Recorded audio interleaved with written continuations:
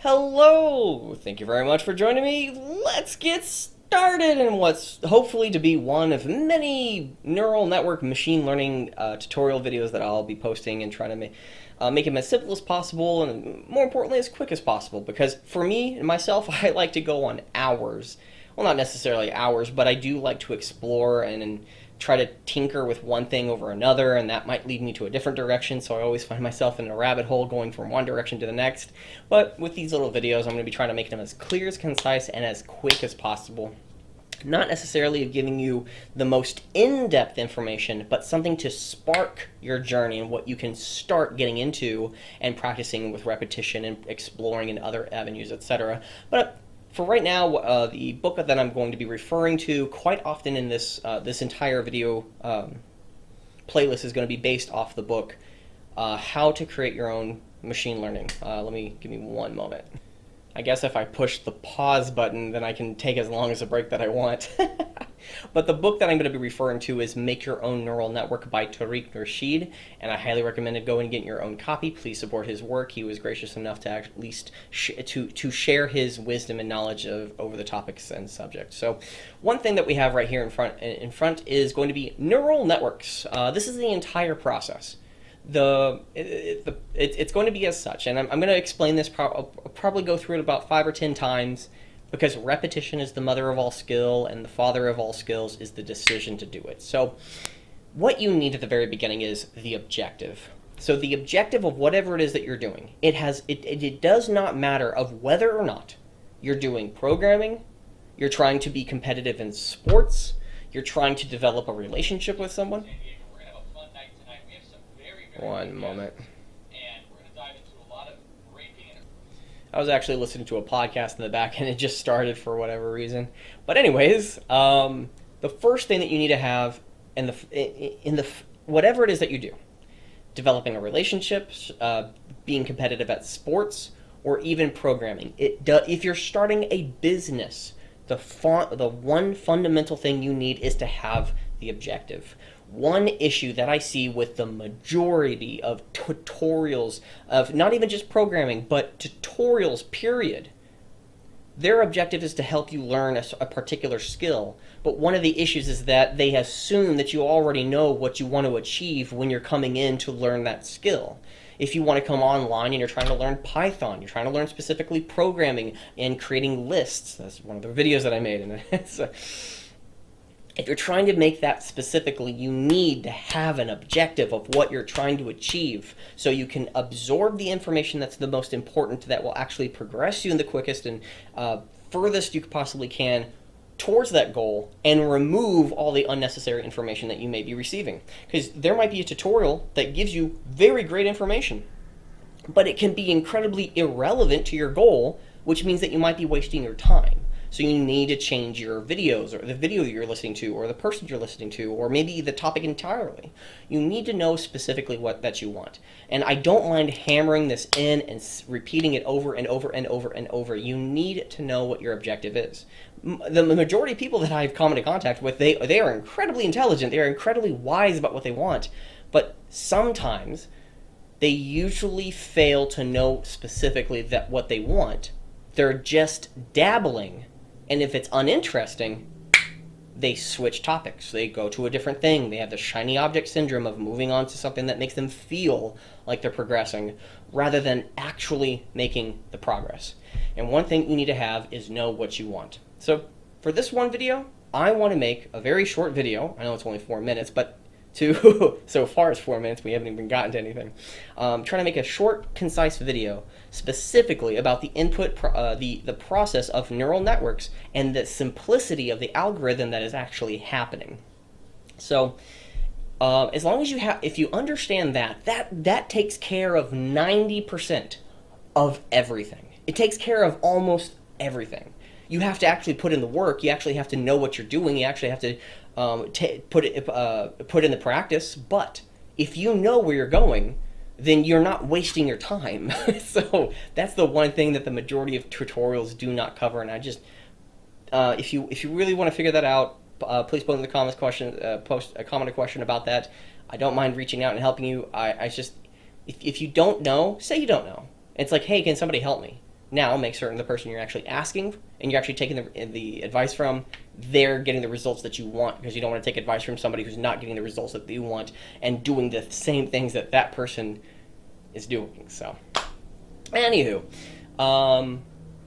after we get that done through that process, again, that's the most important process. We're going to assume that you already have an objective. Now, once you have the objective, then let's go through the process of a neural network. So a simple objective of neural networks can be classifying an image because an image may have multiple inputs, or the color inside of a pixel inside of a let's do it this way. Inside of an image, you will have a bunch of pixels, and for example, there's a dot. It might be very tiny. I don't know if it's being rendered. Let's even increase the size.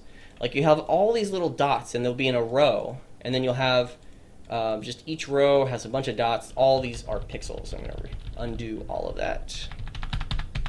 And with all the pixels inside, it's going to have an associated color. It's going to have an associated number that the computer is able to translate into a color that we can visually see.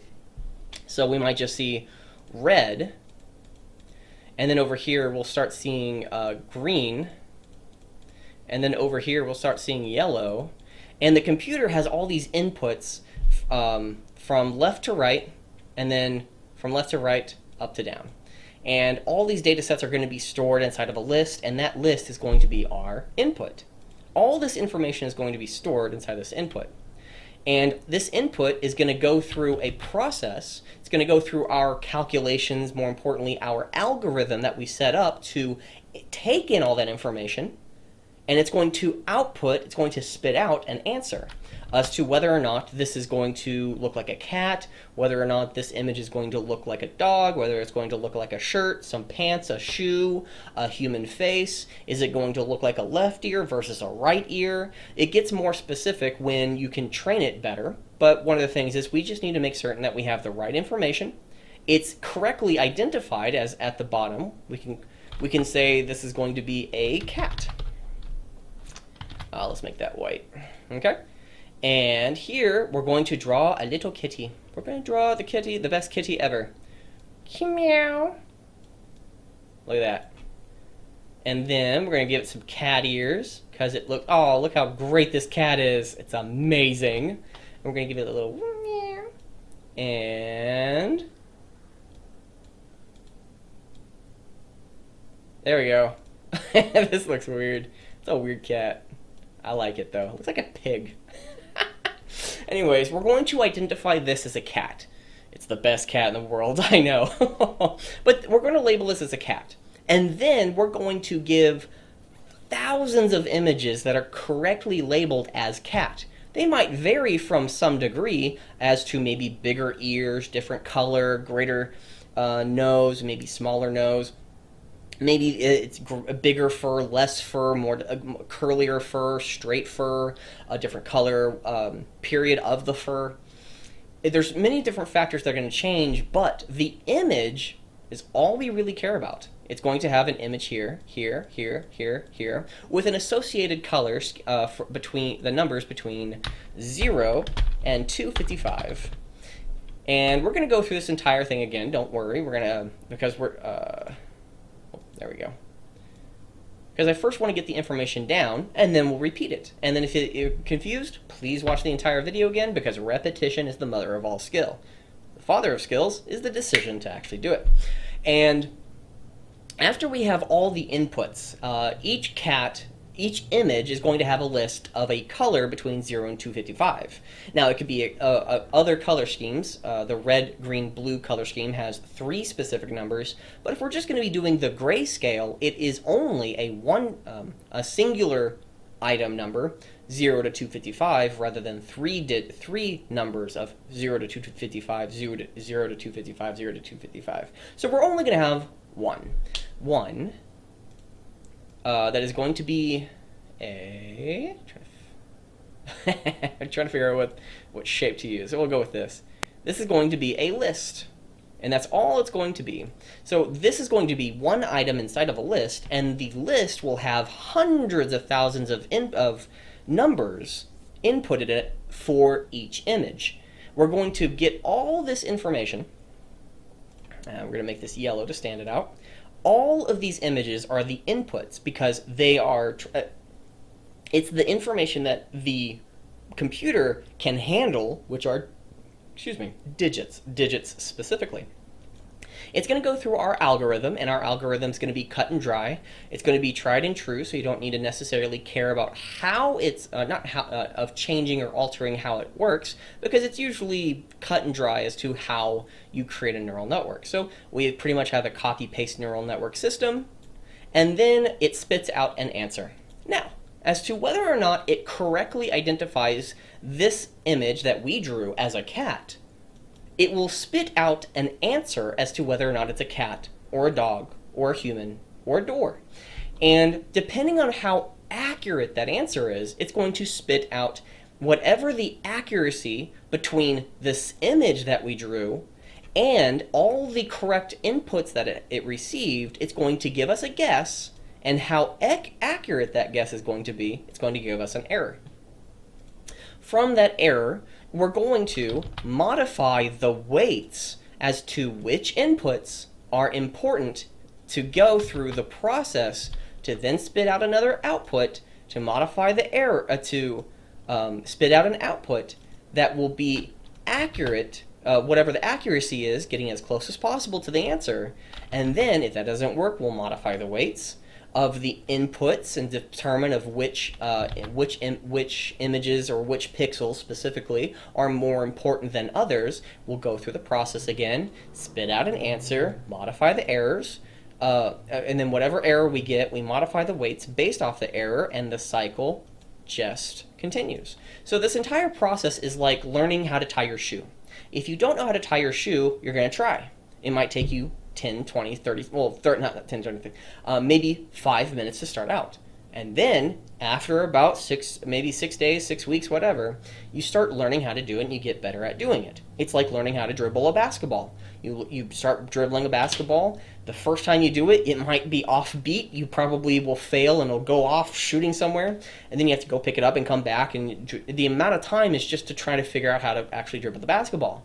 And then dribble in the basketball while you move. And then dribble in the basketball while you have somebody blocking you, and you have to go around them while still dribbling the basketball. And then you have to dribble the basketball and then catch it, give it a pass to somebody without being blocked.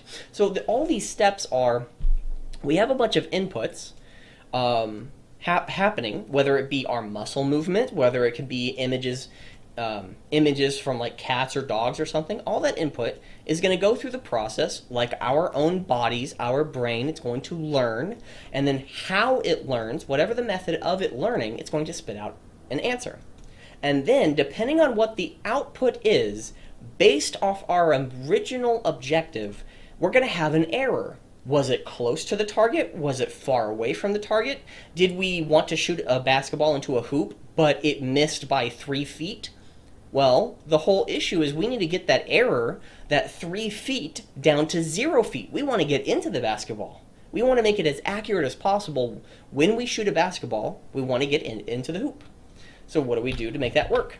Well, with this error, if we have 3 feet worth of mistakes, well, we have to modify whatever's happening, whether it be the inputs of how hard we're pushing the basketball, whether or not we're pushing the basketball at all. Maybe we need to put more arch into it. Maybe we need to have our fingers happen or something. There's a lot of information that's happening. And in neural networks, it really is as simple as whatever information you have that's the computer can understand, you put it into the system's going to spit out an answer, and whatever that answer is, the accuracy of it is going to whatever that accuracy is, we're then going to modify the weights of the input. Which inputs are more important to modify? If we're trying to shoot a basketball and it's missing by 3 feet, do we modify our lungs? Do we modify our jump? Do we modify our bending of the knees? Do we modify our left arm, right arm? Do we blink? Do we move back? Do we stay still? What needs to be modified of all these data points that are happening? And then when they go through the process of the execution of it, then whatever output we get again, we modify and adjust. So all we have to do is just the simple process of we do an action, something happens. What do we need to do to modify our method in order to make it work? Sometimes it may be the inputs, sometimes it might be the process. But within the majority of neural networks, this is the process that's usually going to happen. We need to make certain of, just to understand this, and to go through the entire thing, because I've repeated this a few times. Hopefully I've explained it relatively good. Now, if I didn't, please put your questions down, comments, questions, and concerns right down below. I do want to hear back from you. But this is pretty much the summation of neural networks. You first start with an objective. If you're going to play basketball, if you're trying to go for a run, if you're trying to lose weight, if you're trying to start a business, if you're trying to have a relationship with someone, you need to establish what it is that you currently want to have done, what you currently and specifically want to get. Now, it doesn't have to be complicated. It's, I want to identify a cat. Boom! You now have your objective. It can be as simple as that. But you shouldn't try to do something without having an objective first. It doesn't have to be complicated, but you definitely need to have an objective. Once you have that objective, what data do you need to have that's going to go through a process, spit out an answer? How accurate is that going to be? And then modify the weights of the input, of which input is more important, like a weight, like a physical weight, which one's more important than others, to determine what needs to be processed to spit out the answer again, to determine what accuracy it is, and then modify the weights of the inputs to go through the process of, to calculate, to process, to think, and it spits out another answer again. It's not a vicious, it's just a cycle. It's a cycle that continuously happens to try to get the most accurate answer. So if you're trying to throw darts at a dartboard, if you're trying to shoot a ball through a hoop, if you're trying to go for a run and you're trying to hit a certain time point, there's so many factors that are happening. Once we have an idea of what our objective is, then we know what type of relevant information is we're going to be using. We're going to put it into an algorithm, a very simple one. Usually the algorithms are going to be not pre-made, but they're usually not changing. It's the simple nature of going, again, we'll explain that later on, but the process rather doesn't change, but usually the inputs do, because sometimes if we're running, we're trying to go if we're trying to go for a 7-minute mile, maybe we need to be breathing a different way. So we'll be changing our breath speed, how much we're going to be inhaling, how much we're going to be exhaling, and how quickly we're going to be doing that to get that 7-minute mile. And then we're going to go through a process of calculating all that information, like going for the run. And then on the output, we get our time. Whatever the time was, we try to, whatever the error was, if we were over a minute and it came out an 8-minute mile rather than a 7-minute mile, the error is 1 minute. So what we're going to be doing is randomly, we're going to initially be doing this because so far a blank neural network knows nothing. So we're going to be training it over and over towards a certain direction, and we're going to start modifying certain weights of the weights of the input to determine of what information needs to be modified. So it goes through the process again, calculate, we'll go for another run. From that run, we're going to get a certain time. If we get 7:33, fantastic. We are 33 seconds above our time. We want to get either equal or below. We'll modify our weights again of the inputs. We'll go through the process. We'll spit out an answer, and then we'll get an accuracy. And whatever the accuracy is, we'll modify the weights of the input. And it goes on and on and on and on. I really hope this this entire process helped. Usually when I'm trying to increase my ability to explain these concepts, that I may know the information, but if I'm not able to explain to somebody from which they can understand it, then maybe I don't really know the information, because maybe I have an idea that works and I'm just able to do it. So now it doesn't mean that I'm a miracle worker. It's just sometimes people can do things without them being able to understand of how to actually do it. And that's my process and what I would like to do better so on and so forth. I would love to help other people learn how to learn programming and neural networks, Python specifically when it comes to machine learning, and other topics that I would love to get into, playing games, simple functions of moving a little character, the jump function. Those things can really help you in the real world when you clearly know what it is that you want.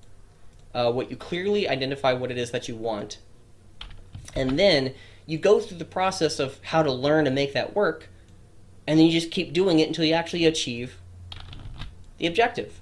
So that's what I would like to do. That's what I'd like to help you with. So please post your comments, questions, and concerns about what it is that you would like from me, what you want more of, what helped, what questions may you have about a particular project that you're trying to create, but you don't really know the direction that you want, etc., etc., etc. So thank you very much for being a part of this. Please smash that like and subscribe button, because that would greatly help this channel out. And most importantly, please enjoy the rest of your day and go out and do wonders. Thank you very much for being a part of this, and I'll see you next time.